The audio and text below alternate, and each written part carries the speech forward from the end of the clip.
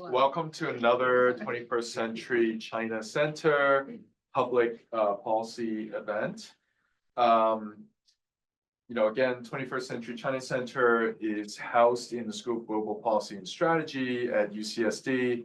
I'm Victor Shi. I'm the director of the center. We're very honored today to have two renowned scholars, one economist, one sociologist, to share their latest important finding on China society. And the title of the talk is Getting Ahead in Today's China. Although I thought the title should have been Myth No More, right? Because you wrote the myth of the social volcano. That's no longer a myth anymore. So I'll briefly introduce the two of you. So Scott Roselle. Well, one great thing about having Scott to come here is that he's always the speaker with the most number of publications, at least for the China Center. I mean, you've got like 1,000 publishers, some crazy number like that. So I can always say he is the most published, author we've ever had here, because that's always the case. He's the Helen Farnsworth Endowed Professor at Stanford University, and also the co-director of one of our peer institutions, the Stanford Center on China's Economy and Institutions. Professor Roselle, development economist, published very, very widely on all kinds of different topics, but more recently, especially on human capital, which is affected by health, nutrition, education, and early childhood development. So I think that is definitely a very important contribution to our understanding of what's happening in Chinese society. The other person also needs very little introduction, Martin King White, who of course was my undergraduate advisor, one of them. I was probably one of his worst students. Was the John Zwanstra Professor of International Studies and Sociology at Harvard University. He previously taught at University of Michigan, but also George Washington University, where I did my undergraduate. He's done a wide range of research on different topics on Chinese society, including gender relations. That was your first big project in China. Rural-urban inequality. The Urban Life in Contemporary China book, I remember I had to read it as an undergrad, and I learned a lot from it because previously I just knew political history and stuff like that. And of course, he wrote the very famous book a few years ago called The Myth of the Social Volcano in China, which apparently is not so much a myth anymore. So some very quick housekeeping before they take over. We are recording this on Zoom. Just so you know that, after the presentation, we're going to have Q&A session. Please, people on Zoom, please submit your questions using the Q&A box at the bottom of your screen. I think Harry or somebody's going to create Susan is going to create all the questions, and we will address them. Without further ado, I will hand things over to Marty first, and then Scott.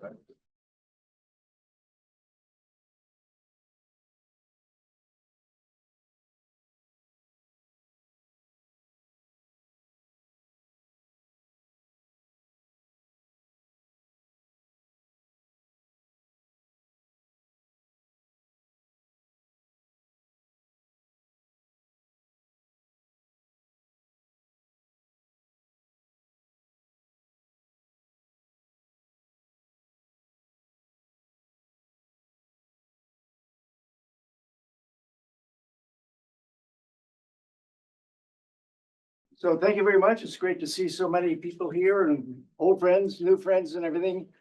And because I'm the introduction, and I'm talking about the title of Getting Ahead from Today's China, from Optimism to Pessimism. So I'm going to be talking mainly about these earlier surveys I did, which showed the social volcano idea that people were so angry about inequality in China that they were going to explode with political unrest was a myth. That there was, in fact, extraordinary optimism in these earlier surveys, and then that has changed, as we will see. And I've got a whole bunch of slides, but I'm going to go through them quickly because this is the history part, the foundation. But just I've been working on this for a long time. Scott and I, after doing this new paper, which is due out this month from the China Journal, we were asked by the CSIS in Washington to present our paper. And they then did a report, a summary of what we presented. This was when it was still unpublished and not finished, and it's gotten a lot of media attention. So basically what we're doing is talking about what's changed in these new surveys that particularly Scott's collaborators in China did in 2023, and what's different about them compared to the attitudes in the earlier surveys. So I'm talking about the optimism part, and I'm going to show a bunch of slides comparing Chinese attitudes in these three earlier surveys, national face-to-face interviews with probability samples of adults. And then Scott will present data from these new surveys, which were online surveys. So we had a question about how to make them comparable.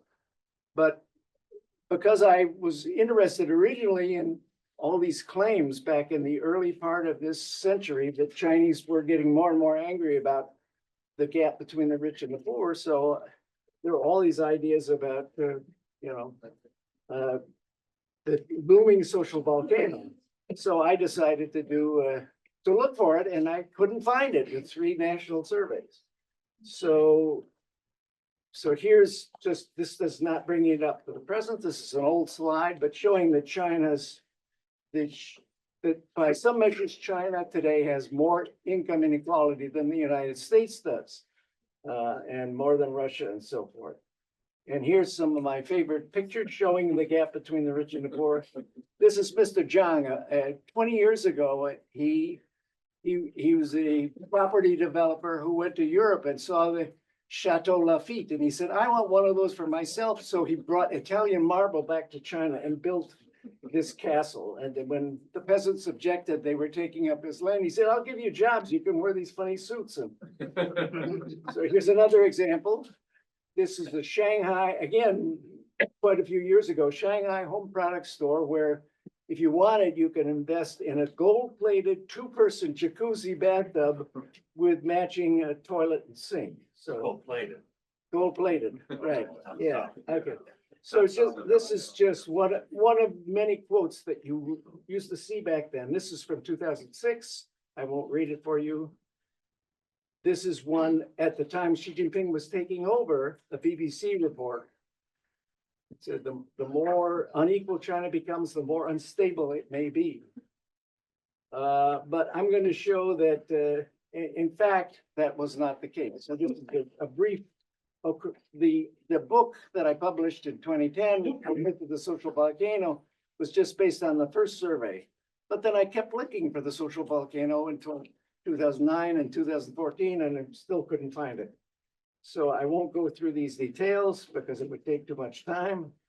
The final survey was actually done with Norwegian money and collaborators for complicated reasons, but it was very nice for me because I didn't have to raise the money. So I'm going to show a bunch of slides, and I'm not going to discuss it in detail, but these are the three China surveys. On the left, International Social Justice Project earlier had done surveys, so we used the same questions which we replicated in China. So the East European post-socialist countries in the middle, and then various capitalist countries on the right. And we have a whole bunch of questions about why do you think some people are rich and other people are poor? And here's 10 different reasons and which ones are important and not important. So lack of ability causing poverty. You can see Chinese are off the charts. Low effort, they're similar to the Japanese, but compared, again, higher than other countries. The unfairness of the economic structure explaining poverty. In all three of our surveys, there were much fewer. Why are some people wealthy? Because they have very high ability. Again, here the contrast is not quite so dramatic, but it's still pretty stark. More people in China think that it's due to lack of ability. Wealth is due to hard work. Okay.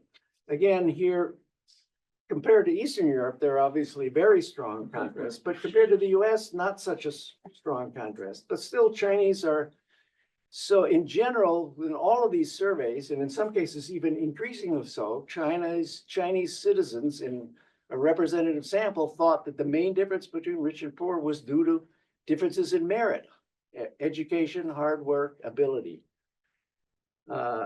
Wealth due to it, people are rich because of the unfairness of the economic structure, much smaller percentages. Wealth due to dishonesty. Unfortunately, the East European surveys did not ask about corruption. So we replicated their questions, and the question they used was dishonesty. And back then, this question was not asked in the capitalist countries, but what do you think your family income will be like 5 years from now?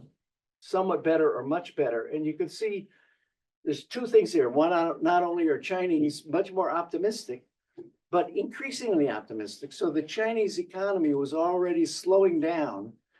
Instead of growing at over 10%, it was down to 7%. It's of course gone down further, but over time, actually people had more positive expectations. Another statement we use in these surveys, hard work is always rewarded. Now, this is obviously not true. Lots of people can work very hard and they won't be rewarded. But Chinese are much more likely to think if you work hard, you will be rewarded. So these show that despite the sharp rise in income inequality in all three surveys, Chinese were more likely to believe that current inequalities are okay, they're acceptable. They're not particularly angry, and they're more optimistic about their own chances of getting ahead in the future years. And when I presented results from these three surveys before the new surveys that Scott's going to talk about, some people said, well, wait a minute, that's just because China's a dictatorship. It's a still totalitarian country. People are afraid to give you their true feelings. But we also asked about their actual conditions. And you can see this is just from the 3 years that we did our surveys. But in all cases, there are sort of increases, some of them huge, in how well people are doing. Particularly striking is the increases in coverage by public medical insurance. Now, even in the 94% in 2014, for rural people in particular, the medical insurance coverage is pretty minimal. But nonetheless, on all these indicators, the one that hasn't changed a whole lot is whether people are homeowners. But 84% of Chinese are homeowners. What's the percentage in the US? About 2/3. 70. 2/3, yeah, so it's a higher percentage of people are homeowners. So there were dramatic changes in people's livelihoods that supported the idea that people were expressing the fact that they thought things were getting better and better and better, and their chances of getting ahead by meritorious criteria, that those were pretty good. So we argue in our paper that whether or not they deserve it, that the Chinese Communist Party benefited a lot just from the gratitude that people had about this very substantial increases in people's standard of living and opportunities and educational levels and everything else. But it's also in these earlier surveys, we asked about some other aspects of inequality that people were quite willing to express very critical attitudes about. And the most clear example has to do with the hukou system, the household registration system in China, which those of you who study China know is quite bizarre. It really dates to the Mao era, but basically it means that people from rural origin, even today in China, a lot of them are migrant workers leaving their villages and so forth. But when they get into the cities, they do not have the same access to opportunities and social benefits as people with urban hukou.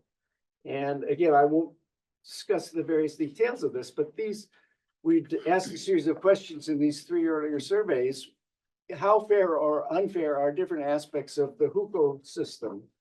And you can see very little support and declining support for the idea that it's fair for urban people to have better treatment and better opportunities.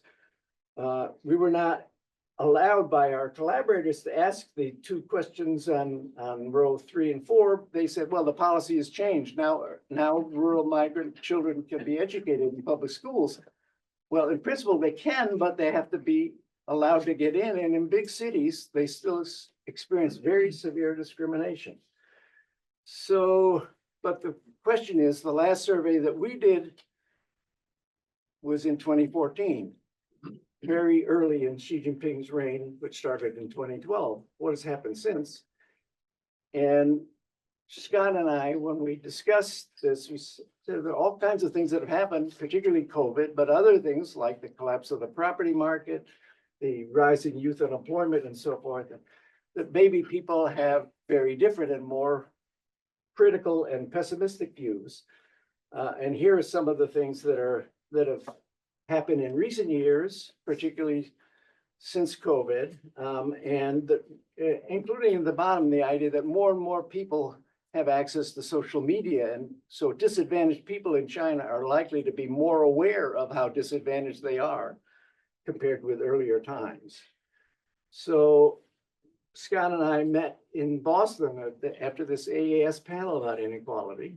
And Scott remembered he had some colleagues in a particular Chinese university that were planning to do some new online surveys, and maybe they would include some of the key questions that we would use in our earlier national surveys in their new online surveys. And I sent a list of them to Scott, and our colleagues did replicate them. So Scott is now going to describe what the results were from these new surveys, which produce a fairly different picture of things. Okay?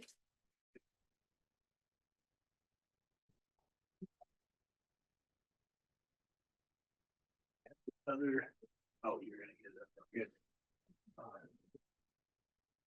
Yeah, so while she gets us up and going, so we met in March, and then we carried out this survey in early July, and about mid-August we got the results back, and I sent them to Marty, and we get on the phone. He says, Scott, nobody's going to believe us. Absolutely nobody can believe. Yeah, we got it. And so I went back to our colleagues and said, let's do it again. And they used a little different sampling technique, and they came up with the exact same results.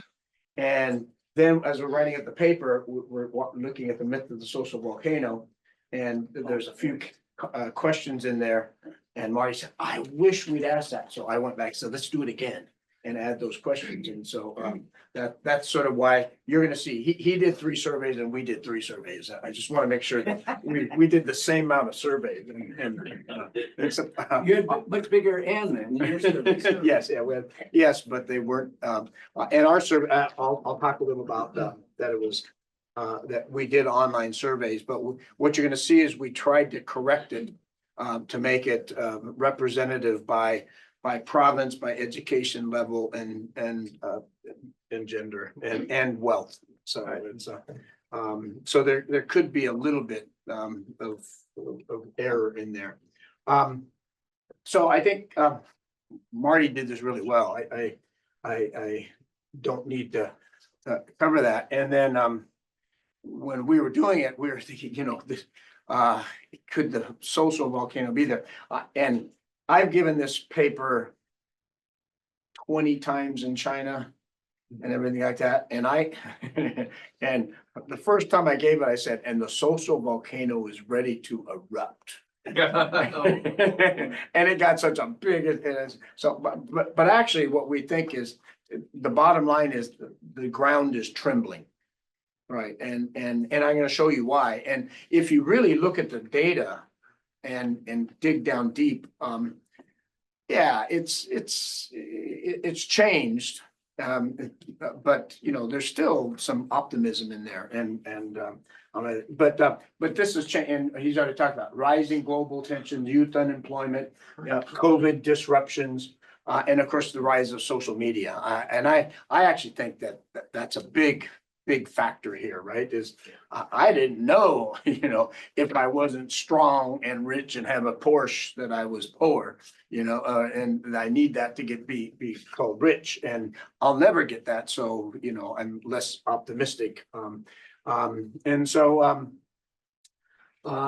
What we really tried to do was to say, what are these popular attitudes now? Right at this time, there's a whole bunch of work coming out on investors and on entrepreneurs, and that they've become very pessimistic, right?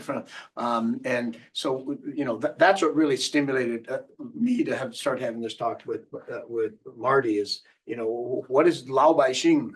What is the popular answer? And so we asked the exact same questions. Okay, and so here's the data. He talked about that. There's I collected a lot more data than Marty, but it was online, and we then, by province, gender, age, and education, we tried to make this national representative, and his were face-to-face interviews, where ours were online. So we talked a little about that already through Alipay app, so they're, like I said, they're not exactly the same, but you can see once we correct it, right, is we're pretty close, right, to here's what we got, and there's post-weighted, and there's the national average, right? So we're pretty close to the national average when we get done with the data set that we use. Okay, so if you can accept the data, here's the results. This is basically how it's at. In your opinion, to what extent do the following factors contribute to the current state of poverty? And to a very great extent, lack of ability. It's those same questions that Marty asked. We ask in the exact same way. And here's what we found. I'm going to show the average of 04, 09, 2014 right there, and then here's the average of our three different surveys. Why are people poor? Okay, there. Number one reason, lack of ability, right? It falls to number 6. Even if you're capable, you're going to be poor, right? Lack of effort, right? From 2 to 5. It's interesting. Education is still up there. So Chinese believe in education, right? And which I think is sort of a positive thing. The next one is the economic system, right? Why are you poor?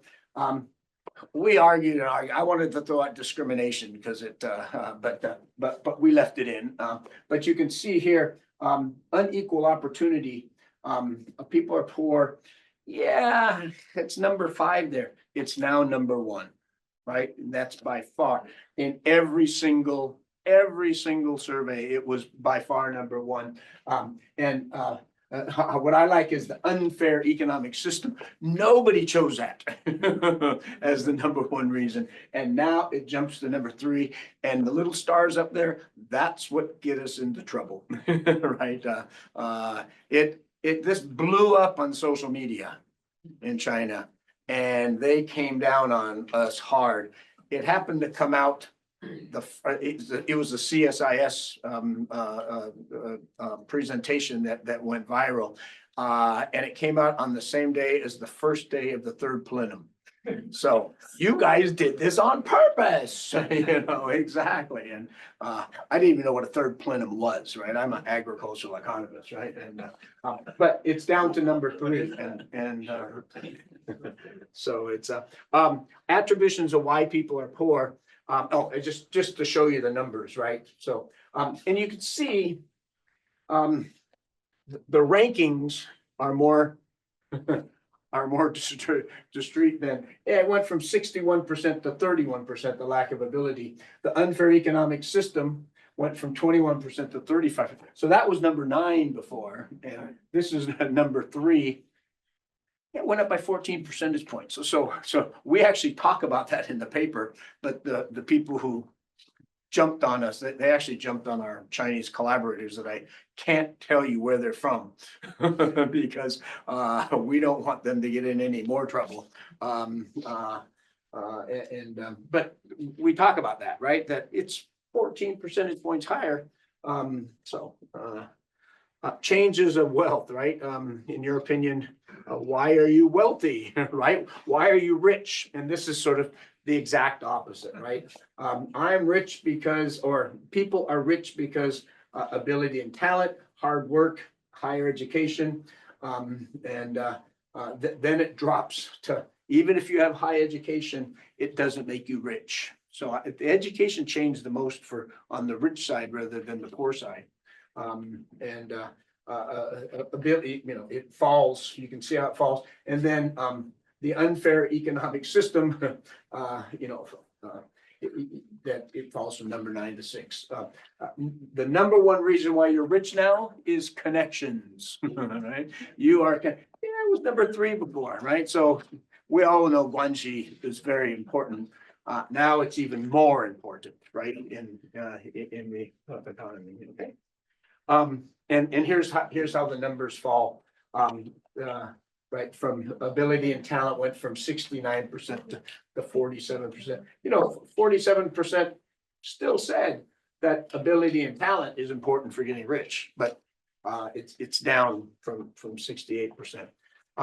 That's why when you really look at these numbers, you say the ground is trembling, right? So Marty, it's just sitting there. It's a beautiful mountain. Now it's trembling. Is it going to explode in 5 more years?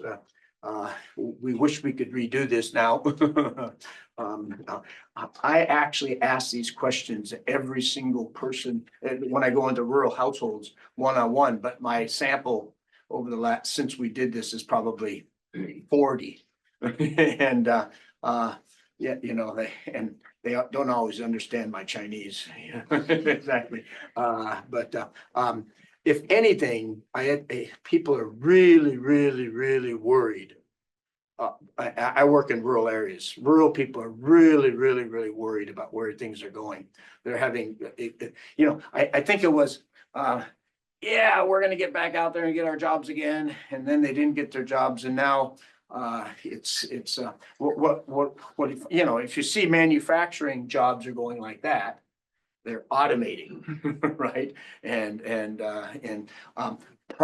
construction jobs are going like that. And so everybody gets dumped into the service sector. We did a survey. It's a small little survey that we're working on publishing now of DoorDash drivers, right? And about 1 out of 3 or 2 out of 5, they were sharing the jobs with one of their buddies. And so you work Monday, Wednesday, and Friday, and I work Tuesday, Thursday, and Saturday, and we flip a coin who works Sunday. Because there's just not enough jobs out there. And comparisons of past and future's expectations, right? Thinking about 5 years from now, this is what I thought was, this one. Oh, I'm sorry. Let me do this one first. This is compared to 5 years ago, how do you feel about your current situation? Somewhat better, and compared to 5 years ago, somewhat worse. And what you can see is it's gone from 70% down to 38%. I don't think I have it here, but in our paper, we have the poor and the rich. So we divide it by the poor, and the poor fall a lot. So the poor are down to about 22% or something like that. So 22% said, I'm not as good as I was 5 years ago. And compared 5 years ago, how do you feel about your current family? 20% right there. Okay. And think about 5 years from now.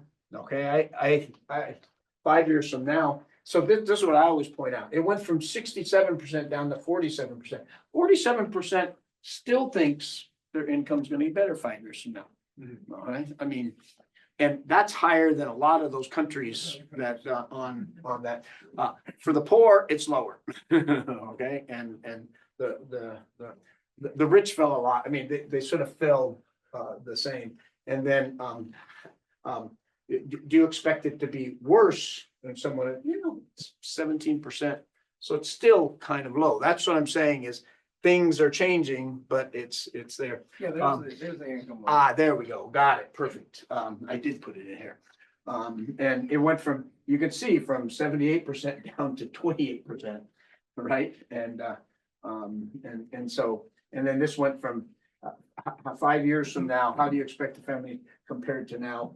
85% thought they were going to be better in 2014, and now it's only 35%. So that's a big fall. And you can see if you have to go share a job and you don't see jobs appearing, and a lot of these guys, say, all I know how to do is weld steel, and now there's no more jobs there. Now I have to, drive that's why when I take students out to rural China, I say, there's only one thing you got to worry about, and that's dogs. Because they hit their dogs and they train their dogs to bite you. Yeah, so just don't pet the dogs, and everything else is as safe as you can. Now I say, there's one thing dangerous in urban China, and that's the DoorDash drivers. And it's because a lot of them are these construction guys that have never driven a bike like that. Declining mobility. Yes. So to what extent do you agree? In our country, effort is always rewarded. Look at that. Yeah, whether a person becomes rich or poor is their own responsibility, right? It was less than 50% before, though now it's down to 25%. Nowadays, the opportunity for people to succeed is the same. It was pretty low before, now it's even lower. And given the current domestic situation, there's a great opportunity for people like you to improve their standard of living, right? We've hit this most, right? This is the selected inequality attitudes were replicated, right? Ordinary citizens not feeling as strongly as current inequality patterns are merit-based, as well as not being optimistic about getting ahead in the future. Although attitude patterns are summarized are more negative and pessimistic, they do not suggest popular anger about the unfairness is about to explode. I do surveys for everything. I've asked now, I write them down. I've asked 72 people, mostly professionals, academics, entrepreneurs, investors. And I tell them this story, and they know my invisible China story, which is China is one of the most undereducated labor forces in the upper middle income world. And there's never been an economy that's gone that way, right? 600 million people have never been to one day of high school. And how do you become a high income country if people can't do math or science? Okay, all that. Right? So I say, okay, the economy continues to go down. Jobs are harder to get. Xi Jinping automates everything and robotizes everything, and AI comes in, and there's even more job losses. So I say, could China turn into a Mexico, or could China turn into a Brazil, or China, where you have huge slums and you have the rise of gangs and everything like that? It's 60-40. It's actually probably 62-38. No, gangs can't exist in China today because there's too many cameras. and I say, well, they're going to throw away their phones, and go hide up in the mountains. They'll come out, rob, and go back. He says they'll take the 2 million person domestic army and surround that mountain and go up and wipe out. But 38% said, yeah, we're going to have a rise of crime soon because of it, if this happens. So I'm going to end right there. The legitimacy accumulated by leadership. We blame We blame social media. We blame the United States. Right? We don't blame Xi Jinping. Okay, just don't turn me in, okay? I want to go back to China and work on babies, okay? So, okay, thank you very much.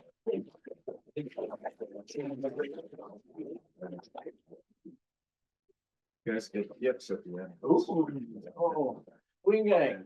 Yeah. Hope it's about time. No, not Okay. so I just have a couple questions for this, for you guys. It's a fascinating talk. The first one is more mechanistic. So this belief in intergenerational advantages, it's like, oh, if your parents are rich, you're gonna be wealthier. That is just, could that just be like a secular trend? Because like during your first wave in the early 2000s, there were still a lot of people who were first generation wealthy. So it was just a fact that their parents did not give them any advantage, right? Right. And then there weren't so many. But by 2014, did you detect even a rising share of people who believe that intergeneration advantages was important? And then obviously by 2023, it became very important, or relatively more important. Connections. Yeah, connections and Yeah. intergeneration. Well, we didn't ask very specific questions about that, but certainly it's logical to assume that that's part of what's going on, is that and there are all kinds of other things that have happened that we haven't talked about here, but like the huge post-1998 expansion of the university system. So it's much easier now, particularly if you're an urban youth, to get a college education. Mhm. But on the other hand, it hasn't become any less competitive, because now it makes a huge difference which university you go to. And people that get admitted and get educated in the third and fourth ranked universities and ones that were set up after 1998, they're often, having to compete with migrant laborers from the countryside. And so the idea that the things you thought that would get you ahead in the past, it's become much more problematic. People are simply seeing it's, you think that China is a much richer country now, is much more developed. It would be in some ways easier. There'll be more opportunities for people to advance, but people seem to feel that it's becoming more competitive. And there's this, we discussed briefly in the paper, this sort of phrase about involution, Neijuan, you have to work harder and harder just not to fall behind, because if you don't, you're gonna, go downward rather than upward. And this seems to be increasingly pervasive. But one of the things we haven't talked about in the presentation today is one big, we think, major contributor to all of this is the COVID experience in China. And as Lei Guang and others have indicated, early in the COVID pandemic, most Chinese people were very thankful that their government was being so strict and there were not many Chinese dying compared to other countries. But by the massive lockdowns in 2022 and afterwards, it completely turned around and people had much more negative views. So one question is, how much of the negative sentiments that are not due strictly to economic trends, but to actual people's very bitter experiences with the late stages of COVID and all the people that died when suddenly it was totally lifted and they were not protected, and so for their older family members and so forth. So because we only have this 2023, we don't have new data since then.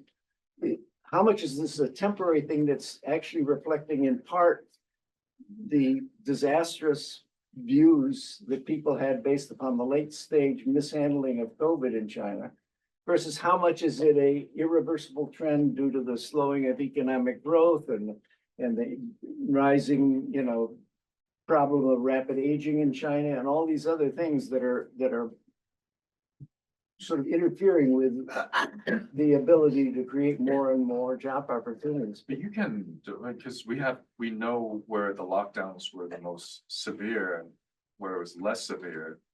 I mean, I assume these are geocoded respondents, right? We were just talking about that this morning. Yeah, about trying to do that. Yeah. Yeah, you could probably fit, Yeah, yes, Ningxia was locked down for 278 days. that's right. Right, yeah, and very and extreme nobody cases. said anything about it, but when Shanghai was locked down for 7 weeks. Yes, the whole world knew. Well, no, but that was my other question is, isn't this just perhaps like a MAGA phenomenon? You know, people's income or expected income drops. They have to blame something and then they start blaming social systems and stuff like that. Even though maybe it is because of their own incompetence and, you know, uncompetitiveness. Well, in the I labor think market, it, etc. I mean, it's also, so I've given this a couple times in general development audiences. And people will come up to me from Mexico and say, you know, I think if you did this in Mexico, you'd find the same thing. You know, it's, you know, in the 1960s and 70s, when we were growing, we were called the next Taiwan. Right, and then, but there, it's not COVID and it's not social media, right?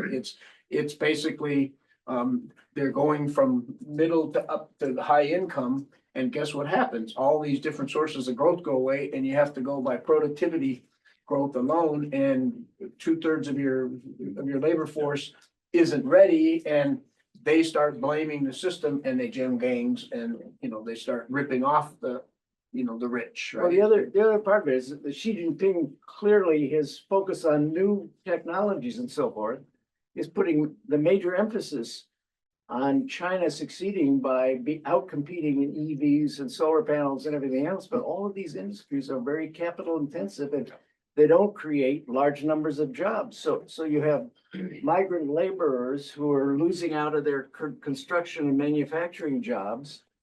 So the economy in these sectors may be booming ahead, but it isn't having somehow Xi Jinping's policies are concerned much more about growth rates and particular sectors progressing rather than about how many new jobs are we creating and how much are we helping the ordinary people to increase their income, which was He's a true this- Marxist. the earlier growth was trickling down. Almost all boats were being lifted up. I mean, we went with Gene and Andy in 2018 to Zoping, to the factories they've been to year after year, and they imported their German technology and for textile, and they went from 4,000 workers on average. They were rural workers. They laid them off, and now I think they had 220, and they all were computer science majors from Shandong University. That was what was running their factories, right? And the Xiaomi factory, Xiaomi EV factory, Xiaomi's a little phone, right? We took a tour of that. 188 workers produce 100,000 EV cars a year. 188 work. They do have farmers, no mean, they have rural work, they cook dinner for them and sleep at home. So, yeah, no, it's exactly what you said, Victor.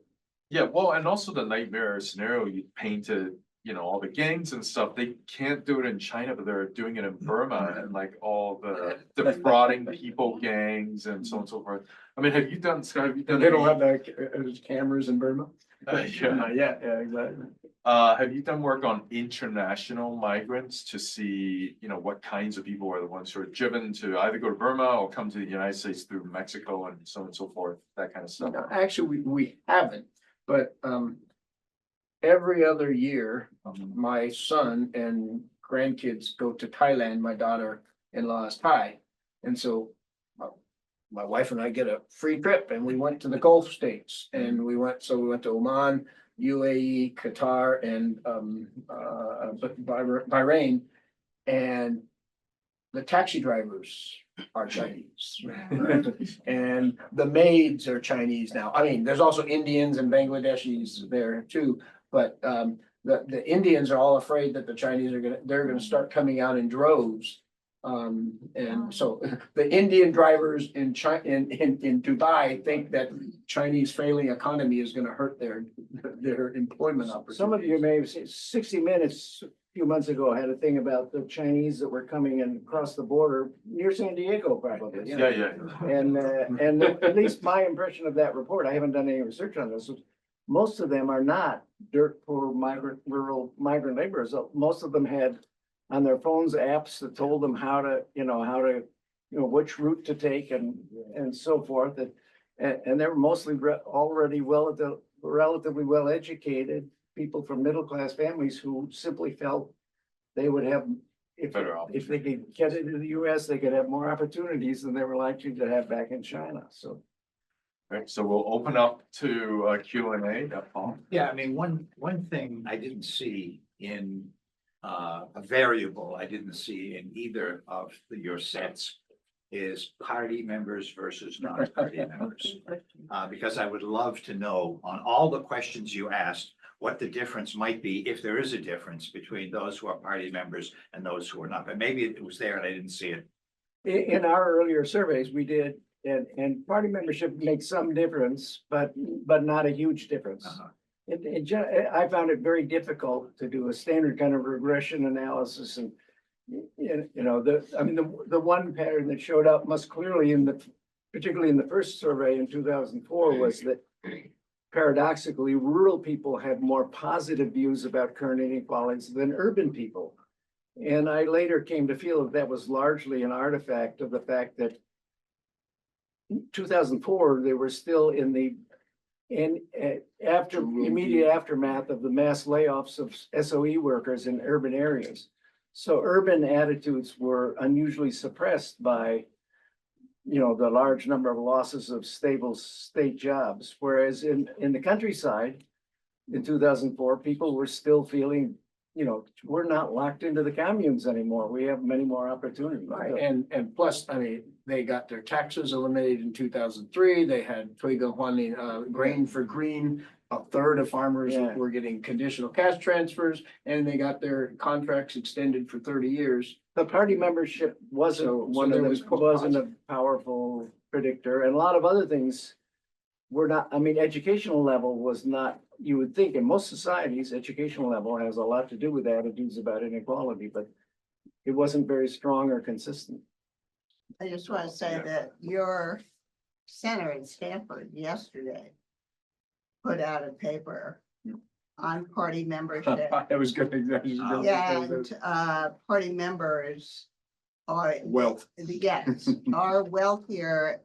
But what was interesting is they attribute a lot of it to the housing stock they got in the privatization of housing in the early days. So Yes. I thought that was. Yeah, and it goes up to 2019, right? So I say, so has the wealth of party members fallen the most now with the fall Well, of that property? would- I was thinking exactly that. No, it was very, very, that's a really interesting paper. Yeah, I saw that, but I have a question. Oh, did you? I have a question. So, what questions do you have that show that people are critical of the system? Only the one that says, Economic system. unfair economic system? Is that the only one? Do you have other questions about blaming, government policy? And, for years, another consistent research finding that we've had for a long, long time was that people tend to blame local governments Yeah. and think that central government is on their side.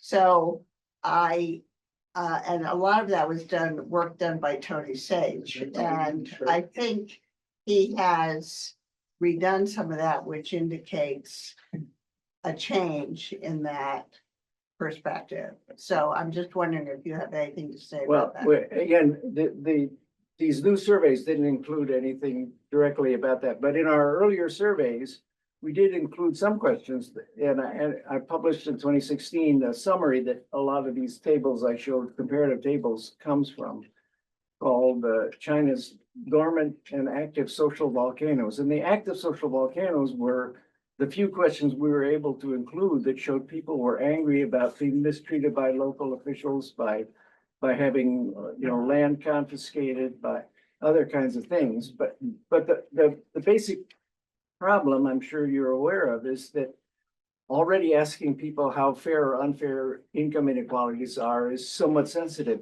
But asking about your anger or, you know, how you've been treated by local authorities and so forth is much more dicey. So we, in order to be able to carry out our surveys with the main focus, we didn't feel we could ask a whole, you know, do you love the Communist Party or hate the Communist Party? We couldn't ask, you know, too many questions directly. The dean wouldn't let us put those two questions in there. So we tried, the dean of my Chinese collaborators, and so, yeah, I mean, The local government. yes, the local government. Well, it's not just local government, it's also, you know, There were three. being angry about unpaid wages by your Donway or whatever. There are a lot, you know, or pollution of your river that's caught, you know, we did have a whole series of questions in the 2014 survey about people's feeling about being threatened by deterioration of water quality, air quality, and so forth. So you can see that, you know, that these are major concerns, and a fair number of people felt that things had deteriorated already in 2014 in some of these regards. Raise Feel between these very fascinating beliefs and whether the volcano would erupt or not, the essential stage is to understand what people demand, right? Or to address these changes. So in some aspects, what the government is doing, in some sense, it could be wrong, but it's also addressed this, you know, you can say, well, the government is doing anti-corruption.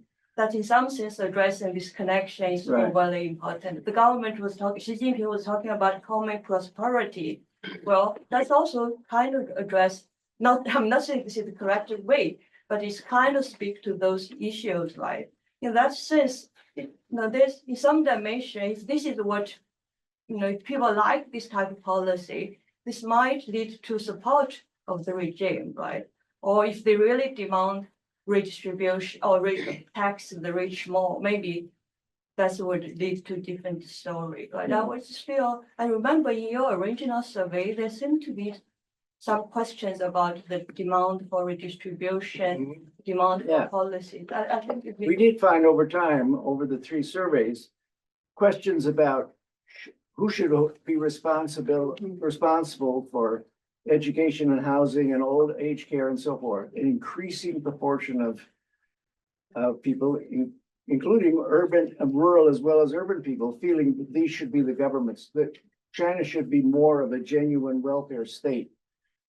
Not just, China, as you know, has a fiscal system that is lousy in terms of any kind of financial redistribution from the rich to the poor. Andy Walter has this It's from the rich to the, it's from the poor to the rich. Yes, yeah, but at least welfare policies that try to provide for better treatment of ordinary people and providing, better medical insurance coverage and so forth. People are very much in favor of that, increasingly so in these recent surveys. But,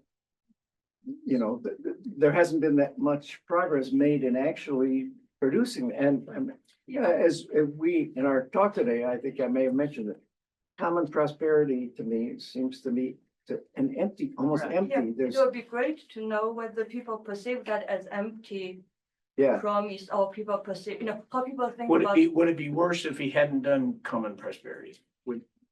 That's what I think. We've talked about Figure that. out what he's doing. Right. He did, and not much of anything, or the things that he was doing, like closing down after school tutoring businesses in urban China. How is that? Is that going to have a major impact on making it easier for poor disadvantaged families to get their kids educated? I don't. So here's education with Shuangjian. Yeah, So here's urban, rural, and we have a paper coming out now in Rural Development, 2014 urban, rural, education gap, math scores on a standardized test. Here's 2016, here's 2018, still big, but it's narrowing. Here's 2022. Wow. wow. No. Really? Shuangjian and COVID killed rural education. Reform, maybe some of like the wealthier rural residents Are- can are move to move cities. into the Xinjiang, to the 4th and 5th tier cities, right? Yeah. but they're covered in that survey. They're covered in those surveys. Still classified still as rural residents or something? Yeah, they're still, yeah, they're rural huco.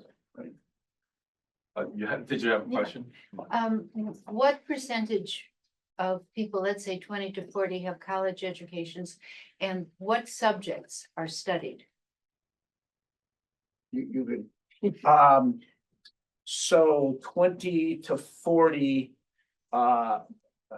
probably the 20, let's see, 20 to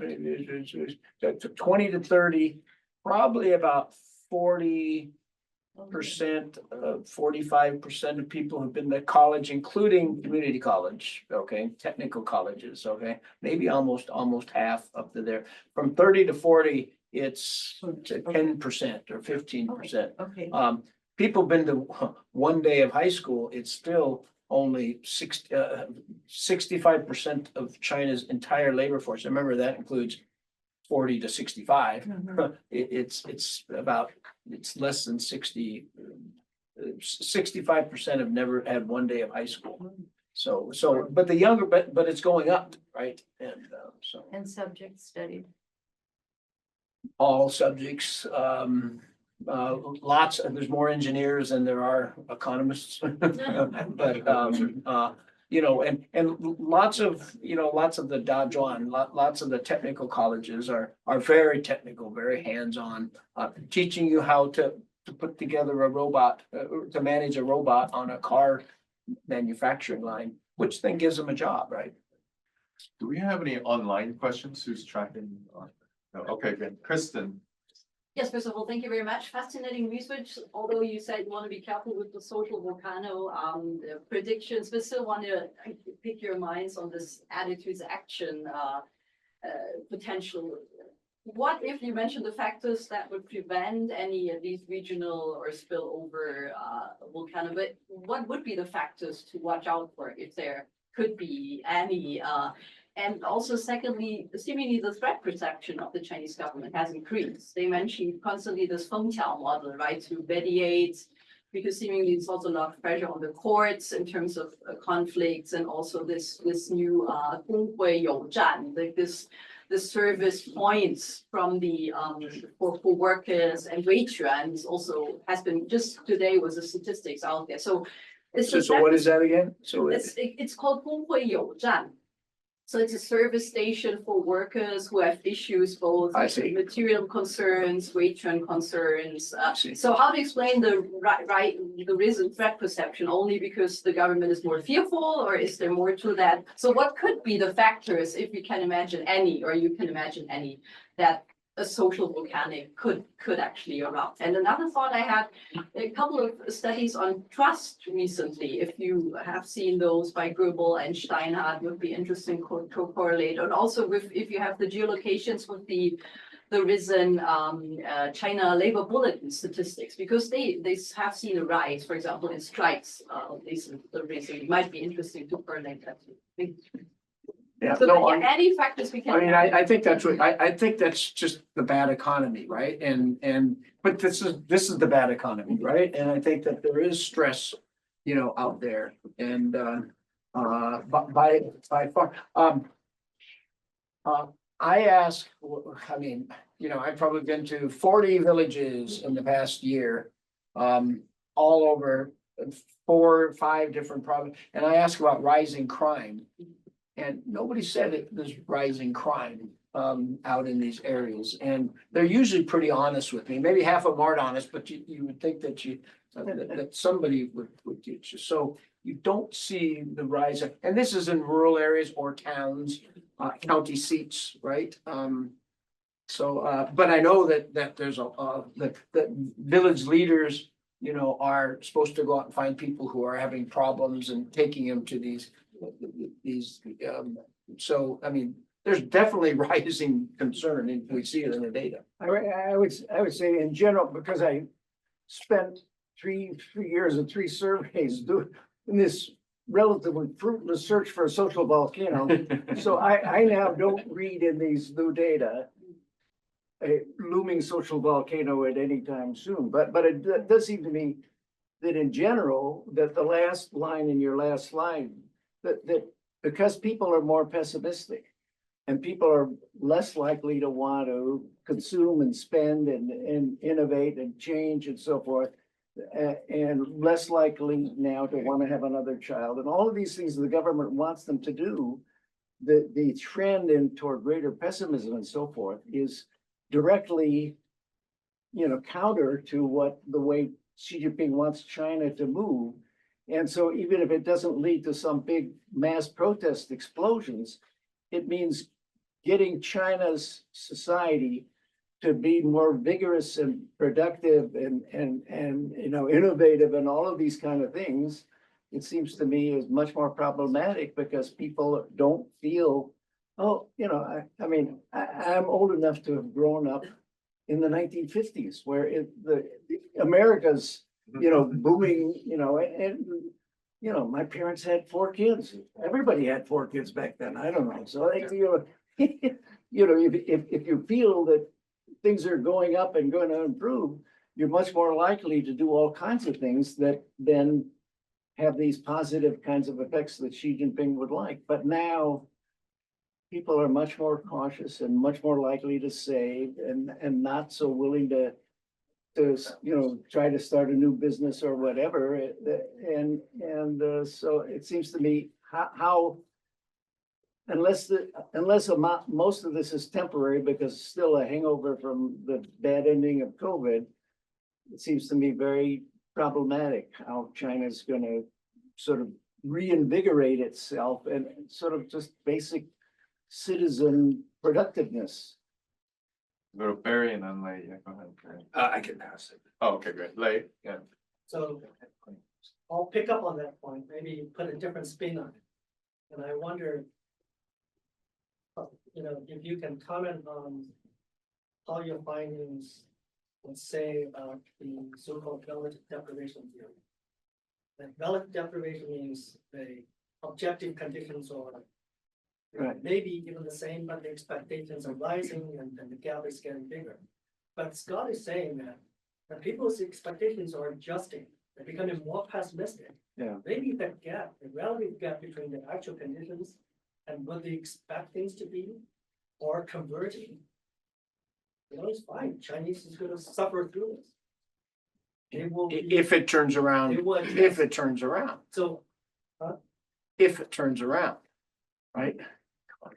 I mean, well, this is what I'm you guys know, you guys know what, what the economists are, a lot of economists are saying about, if you don't get in and you can't have a planned economy become a high income country.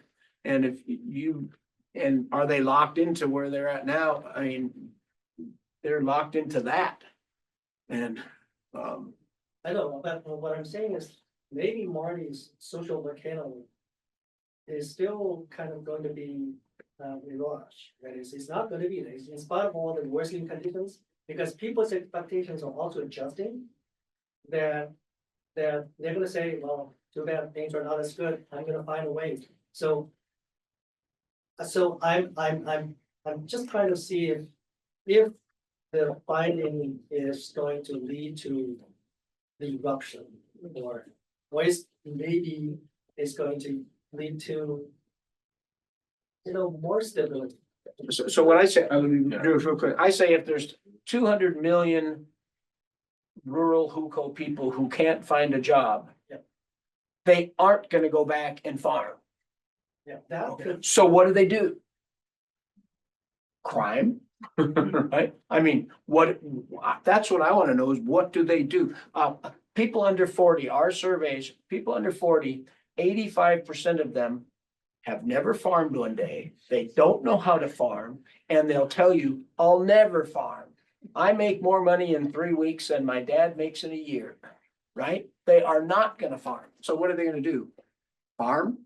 So I think that's what I worry about. Take the D-ball. You think, So bad. Take the D-ball. yeah, and the deval was so high. Well, yeah, and then, I don't know. Yeah, well, I don't know. I think another way to look at our results of this most recent survey is that the Chinese had unrealistically high optimism and expectations compared to other countries. And now they've come down to earth. So look at America. How many Americans think that they're gonna be doing better or much better 5 years from now? We don't, Gonna be better 4 years from now. we don't have, yeah, we don't have survey data on that. Gonna get parties. But one way of looking at our most recent findings is that people have become much more negative, but they're more likely to be similar to people in other societies who are grumpy and not happy, and large numbers of people feeling they're not getting ahead as well as they are. But again, it doesn't, to me at least, it doesn't suggest a looming social volcano. Right, I think that's what he was saying. That's Yeah. interesting. That's a good way to say it. Paul. I appreciate that. In talking about this, last week, a large volume of American TikTok refugees logged into Chinese social media. And then, I mean, it causes a very interesting phenomenon that previously Chinese people gained this pessimism by anchoring themselves from maybe 5 years, 10 years ago. But right now they are anchoring themselves from some Americans that work 3 part-time to survive. Would you think that, you know, these converge, actually they interact, making the shared pessimism, or let's say, you know, empathy or whatever you might call it. I mean, seeing other people swallowing this bitterness, make them feel better or make them choose to be more stable. You're the sociologist.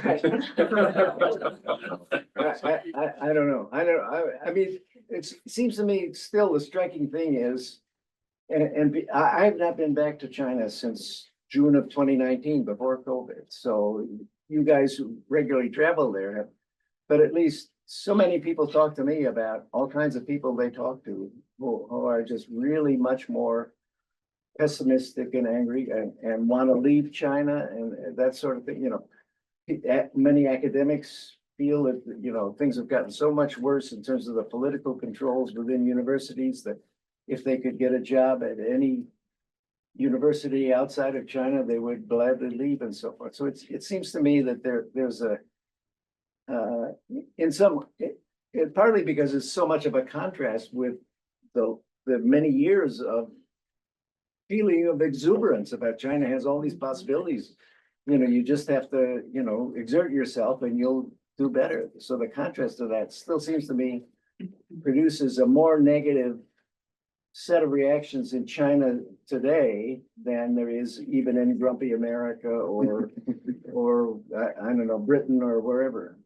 Also, I don't think the Chinese government want young Chinese people to really compare notes with young Americans, because as much as we Americans complain about the lack of social welfare in this country, there's actually quite extensive, like when you're unemployed, your unemployment check is like in the thousands of dollars, whereas in China, Dibao is like $40 a month, you know, whatever it is. And there's no unemployment insurance for rural people. There's no Zero. unemployment. Yeah, that's right. Because they're never unemployed. And medical care in the emergency have a room farm. is free. Like it really is free. Like if you're too poor to pay, you can go and, you know. And if you're an illegal immigrant to America, if your family resides in a school district, the public schools in that district are legally obligated to educate your children in their school. Whereas if you're a full citizen in China has a rural hukou in large cities in China, it's very difficult to get your kids into school. And even if they do get into school, often at least unless things have changed, you can only go through the 9 years of compulsory schooling. You can't, as a rural migrant kid, sit for the Junkao to get into Gaozhong. If you want to go to upper middle school, you have to go back to a village where you may never have lived. So, you know, so I don't know. It's Yeah, not that our I society think there'll is, be a crackdown because is- they don't want that. Already started. Yeah, yeah, go ahead.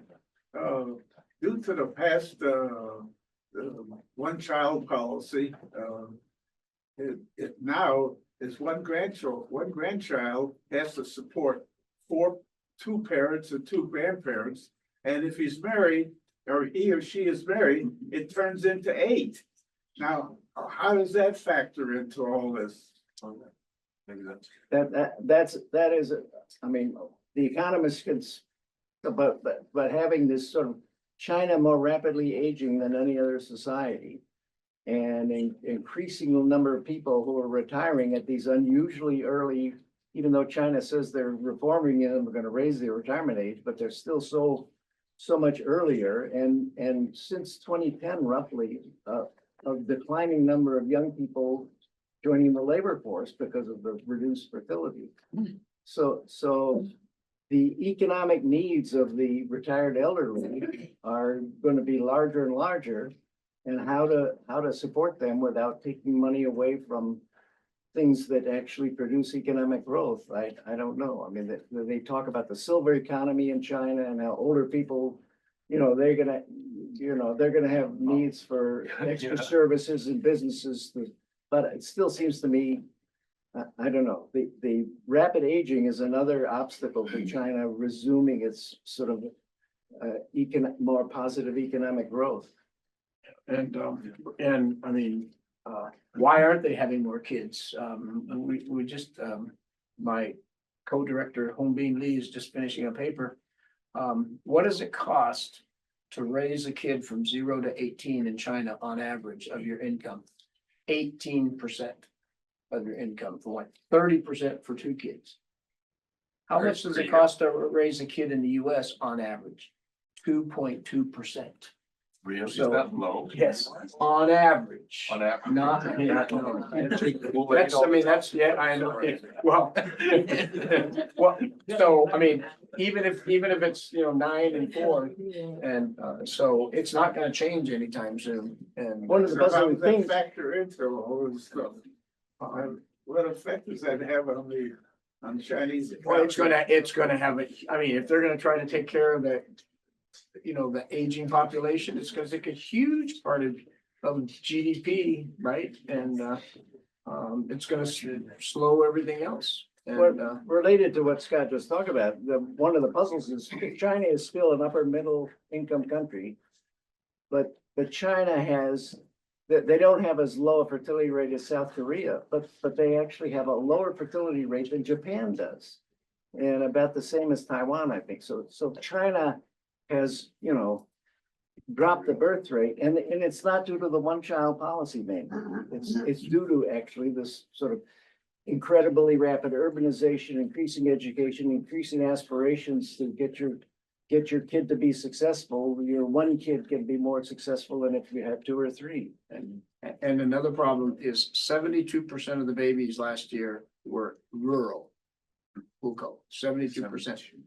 Half of them get to be 3 years old and their cognition and language are delayed, which means their whole life they'll be delayed. I mean, we're talking about 40% of China's future labor force. So they have problems, right? I mean, what I keep saying, trying to do is, stop building high-speed rails, right? I tell them stop building aircraft carriers, right? And get a 2% per year growth rate for the next 35 years, so double your economy, and start,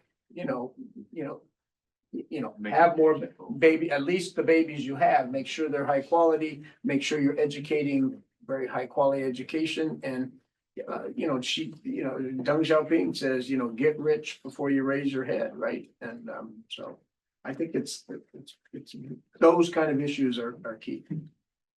Well, unfortunately, we're totally out of time because the class is coming in, but please join us.